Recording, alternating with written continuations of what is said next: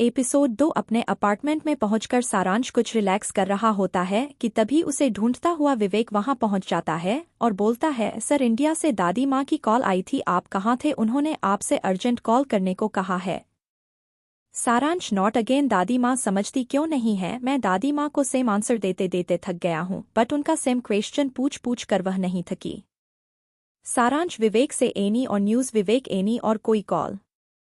विवेक sir आपके लिए आपके कज़न पूरब की कॉल भी आई थी, वह भी आपसे बात करना चाहते हैं। सारांश ओके मैं कॉल कर लूंगा, तब तक तुम जाकर रेस्टोरेंट को संभालो, मैं कुछ देर में फ्रेश होकर वहां पहुंचता हूं। ओके। विवेक चला गया और सारांश भी रेडी होने के लिए अपने रूम में चला गया। जब तक वह रेडी हुआ दादी की कॉल फिर से आ गई। फोन पर दादी कान्हा नेम फ्लैश होते ही सारांश ने कॉल रिसीव की और बोला, प्रणाम दादी माँ, कैसी हैं आप?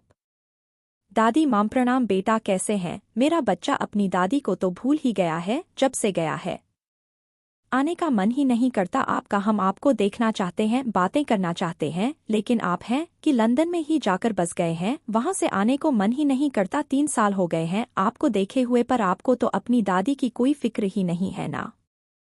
सारांश को दादी माँ प्लीज आप बार बार मुझसे एक ही सवाल क्यों करती हैं? मुझे नहीं आना वहां, मैं यहाँ बहुत खुश हूँ। दादी माँ खुश? पता है हमें कि तुम कितना खुश हो, अब बहुत हुआ, अब आप जल्दी से यहाँ आइए, आपके पापा को भी आपकी जरूरत है। बेटा आप समझते क्यों नहीं, हम थक चुके हैं यहाँ एक दूसरे को संभालते संभालते, अब हमारी उम्र हो चली है, अब हमें आपकी जरूरत है। बेटा प्लीज आप समझने की कोशिश कीजिए। यह कहते कहते दादी माँ रोने लगी। सारांश को जब लगा कि दादी माँ रो रही है तो वह बोला, प्लीज दादी माँ प्लीज, आप प्लीज रोइए मत, ठीक है? आप जैसा चाहती हैं वैसा होगा, आपकी और पापा के अलावा मेरा इस दुनिया में है अभी कौन? मैं कोशिश करता हूँ जल्दी से जल्दी इंडिया आने की, बट आपको एक प्रॉमिस करना होगा कि आप किसी भी बात के लिए मुझ पर जिद नहीं करेंगी, और आप अच्छी तरह जानती है मैं कौन सी जिद की बात कर रहा हूँ।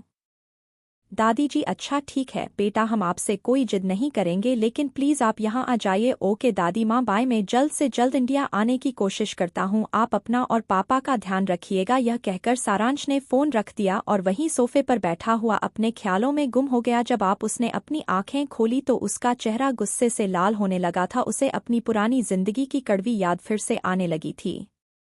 कुछ देर ऐसे ही बैठने के बाद वह अपने रेस्टोरेंट के लिए निकल गया। लंदन में भी सारांश ने अपना एक रेस्टोरेंट खोल रखा था जहां वह और विवेक उसे अच्छे से संभाल रहे थे। सारांश तो केवल वहां हाजिरी लगाने के लिए ही चला जाता था, क्योंकि उसका मन तो किसी काम में लगी नहीं लगता ही नहीं था। वह अंदर से बहुत दुखी और परेशान है, इसी कारण वह इंडिया छोड़कर यहाँ आ गया था ताकि कुछ टाइम रह सके, पर वह उसे यहाँ भी वह शांति नहीं मिल पा रही थी।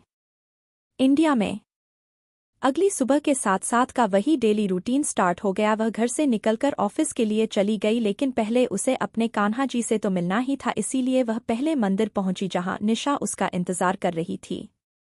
निशा को देखते ही साथ उसके पास आई और बोली, अब बोल निशा, तू कल क्यों इतनी परेशान थी? निशा सांझ को देखते ही उससे लिपट कर रोने लगी और बोली, प्लीज सांझ, मुझे यह शादी नहीं करनी, प्लीज कोई उपाय निकाल जिससे मैं इस शादी को करने से बच सकूं। और यह बोलते बोलते निशा सुबकने लगी। सांझ उसे प्यार से समझाने लगी और बोली, अच्छा पहले तू मुझे यह बता, तू यह शादी क्यों नहीं करना चाहती? यह सुन निशा बोली, सांझ मैंने तुझे नहीं बताया कि मैं किसी से प्यार करती हूँ और वह भी मुझसे प्यार करता है, पर वह बहुत अमीर है तो उसके घर वाले मुझे अपने घर की बहू नहीं मानेंगे, पर वह मुझसे बहुत प्यार करता है। मुझे समझ नहीं आ रहा मैं क्या करूँ, यहाँ मम्मी पापा की बात मानूं या अपने दिल की सुनूं? यह बात सुनकर सांझ कुछ देर के लिए तो सकते में आ गई। फिर वह बोली, इतनी बड़ी बात तूने मुझे भी नहीं बताई, अच्छा यह बता वह कौन है? वह बोली कि वह मेरे साथ काम करने वाली एक लड़की का फ्रेंड है, हम एक पार्टी में मिले थे और हम दोनों एक दूसरे की ओर आकर्षित हो गए और यह मिलना जुलना हमारे प्यार में बदल गया, लेकिन अब मैं क्या करूं, मुझे कुछ समझ नहीं आ रहा। चल अच्छा देखते हैं, कोई हल निकालेंगे, अभी तू ऑफिस जा और अपना मन काम में लगा। यह बोलकर सांझ और निशा दोनों ही अपने काम के लिए निकल गई। ऑफिस पहुंचने के बाद भी सांझ के दिमाग में निशा की ही बात चलती रही। हालांकि उसको प्यार व्यार के चक्कर में पड़ना खुद पसंद नहीं था। लाइफ में पहले ही बहुत स्ट्रगल था, उसको सिर्फ अपने करियर पर ही फोकस करना था ताकि वह अपनों की सभी जरूरत को पूरा कर सके और अपने माता पिता का सपना भी पूरा कर सके। चाचा जी की छोटी सी नौकरी थी, उसी से घर खर्च चलता था। सांझ के माता पिता जो छोड़ गए थे वो उसकी पढ़ाई में लग गया और कुछ उसकी शादी के लिए रखा है नवीन जी ने, जो उसकी चाची अपने कब्जे में रखना चाहते हैं। इसी कारण सांझ ने जल्दी ही जॉब ज्वाइन कर ली थी। यही सोचते हुए उसने सोचा कि वो निशा को जरूर हेल्प करेगी। शाम को घर आके अपने घर के काम निपटा के अपने कमरे में आ गई और प्रीति के पास सो गई। प्रीति भी मिलनसार थी। उससे सांझ की बहुत फिक्र रहती थी, कई बार तो वह अपनी माँ से भी लड़ती थी सांझ के लिए। तब सांझ ही उसे शांत करती थी। लंदन में सारांश होटल से आ चुका था। आते ही वो सोफे पे ही आंख बंद करके लेट गया।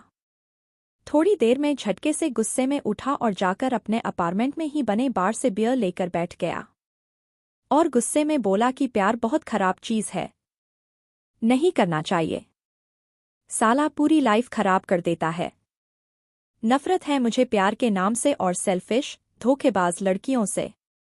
आखिर क्या कारण है कि सारांश इतनी नफरत करता है प्यार से और लड़कियों से? जानने के लिए प्लीज आगे की स्टोरी रीड जरूर करें।